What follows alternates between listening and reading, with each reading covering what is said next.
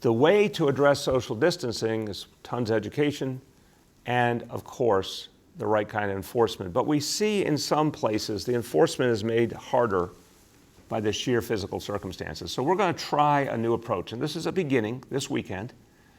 And we're going to try it in a few places where we've had particular problems.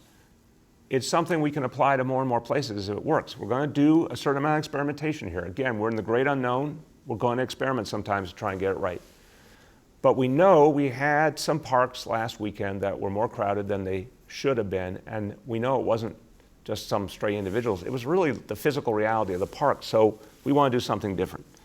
We're going to have the NYPD working with other agencies from the very beginning of the day, limiting the number of people go in, obviously offering people face coverings as well, and keeping an eye to make sure the number of people never reaches too high a point. And when it does, obviously asking people to move out, make more space, make sure there's turnover.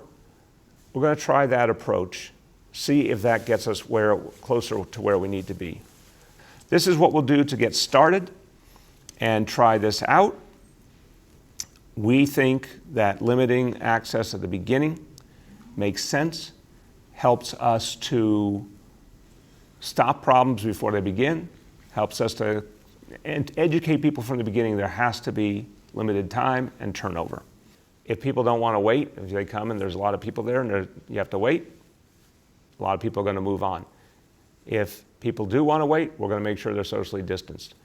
But we're going to start using this kind of approach in these parks. If it works and we need to use it in other places, we'll do that. But the idea is proactive, early.